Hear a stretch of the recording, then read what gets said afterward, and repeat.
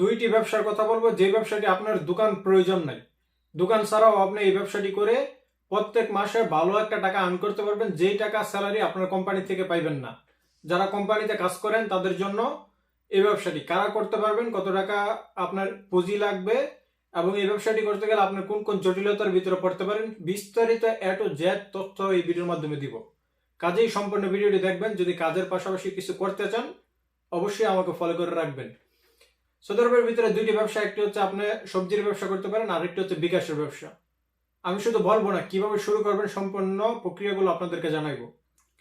সবজির ব্যবসাটা একটা লাভজনক ব্যবসা। আমরা তো দোকানে সবজি ব্যবসা করি, কিন্তু দোকান ছাড়াও আপনি সবজি শুধুমাত্র কোম্পানিতে, যদি আপনার কোম্পানিতে ওয়ার্কার বেশি থাকে আপনার কোম্পানিতে সেল করতে পারবেন। এখন প্রশ্ন হলো, সবজি আমি কোথা থেকে আনবো, সবজির ভিতরে লস কিরকম, প্রফিট কিরকম, বা সবজির ভিতরে কোন কোন জটিলতা রয়েছে। সবজি আপনি যদি জেদ্দা শহরে থাকেন আপনি হালাকাত যাবেন, হালাকাত থেকে যে কোনো ট্যাক্সি নিয়ে যাবেন, নিয়ে হালাকাত থেকে আপনি এক সপ্তাহ যে মাল আপনি নিয়ে আসবেন। সবজি 5-6 দিন, এক সপ্তাহ পর্যন্ত আপনার টিকা রাখতে পারবেন। এখন আপনার যখন আপনার কোম্পানিতে বাংলাদেশি, ইন্ডিয়ান, পাকিস্তানি ওয়ার্কার থাকবে, যখন তারা জানবে যে আপনার কাছে সবজি পাওয়া যায়, তারা কিন্তু আপনার রেগুলার কাস্টমার হয়ে যাবে। সো এটার জন্য আপনার প্রয়োজন হবে আপনার যেই বাসাতে থাকেন সেই বাসাতে একটু স্পেস, এত বড় না, মানে ছোটখাটো একটা স্পেস, অথবা আপনার সিটের নিচে, যেখানে আপনি আপনার মালগুলা স্টকে রাখতে পারবেন। সো আপনি কি করবেন, আপনি হালাকাত থেকে সবজি কিনে নিয়ে আসবেন, একটা গাড়ি ট্যাক্সি নিয়ে যাবেন, বা আপনার কাছে গাড়ি থাকলে আর একটু প্লাস পয়েন্ট, ট্যাক্সি নিয়ে গিয়ে আপনার সবজি নিয়ে আসবেন হালাকাত থেকে। এক কার্টন, প্রত্যেক কার্টন ধরেন বাংলাদেশে যেই সবজিগুলো আছে সেগুলো নিয়ে আসবেন, পেঁয়াজের বস্তা নিয়ে আসবেন, আলুর বস্তা নিয়ে আসবেন, রসুন নিয়ে আসবেন, আদা নিয়ে আসবেন, মরিচ নিয়ে আসবেন, টমেটো নিয়ে আসবেন, অর্থাৎ যেগুলো রেগুলার প্রয়োজনীয় যে সবজিগুলো আছে সেগুলো আপনি নিয়ে আসবেন। আনার পরে আপনার সবজিতে লাভ কিরকম, প্রফিট কিরকম।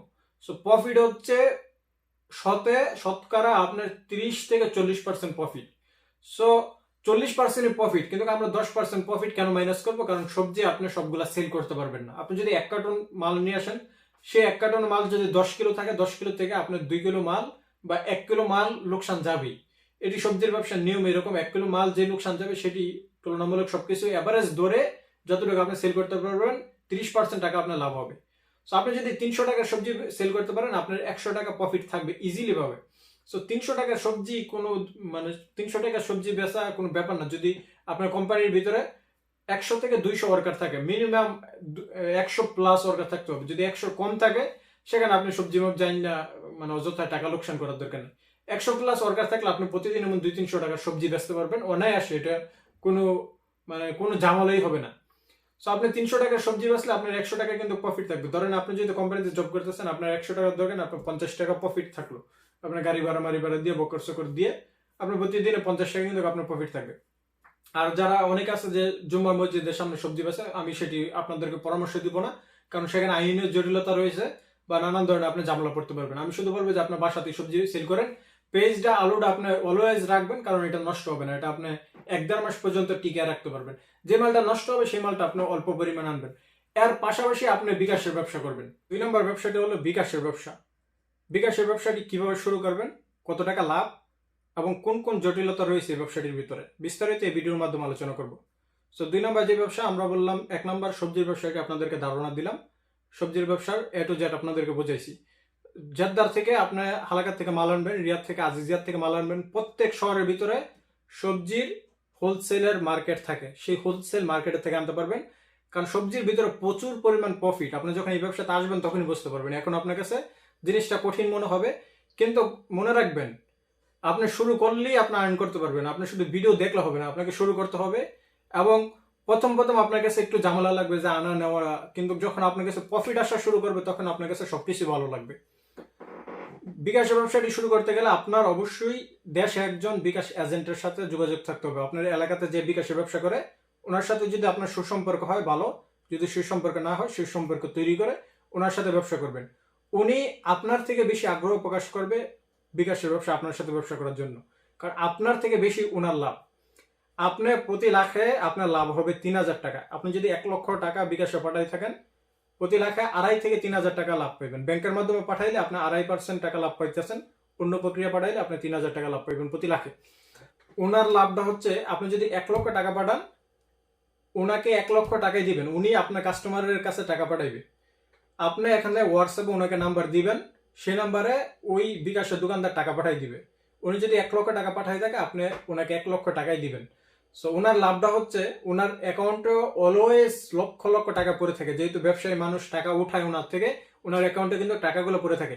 এই টাকাগুলো উনি যখন উত্তোলন করবে তখন বিকাশ কোম্পানি ওনার থেকে বড় একটা অ্যামাউন্ট রেখে দিবে। সো ওই আপনি যখন আপনার ওনার অ্যাকাউন্টে টাকাটি যখন আপনার কাস্টমারকে দিয়ে দিবে, আপনি যখন ওনাকে ক্যাশ অথবা ব্যাংকের মাধ্যমে দিয়ে দিতে আসেন, ওনার লাভ আর লাভ, সুপার লাভ। সো নির্দ্বিধায় উনি আপনার সাথে বিকাশের ব্যবসা করার জন্য আগ্রহ প্রকাশ করবে, আপনি শুধু অফার করে দেখেন। সো এই প্রক্রিয়ার মাধ্যমে আপনি বিকাশের ব্যবসাটি করতে পারেন। এখন আসেন বলি ব্যবসার জটিলতার বিষয়। ব্যবসার জটিলতা রয়েছে, আপনার বিকাশের ব্যবসা খুবই সেন্সিটিভ একটা বিষয়।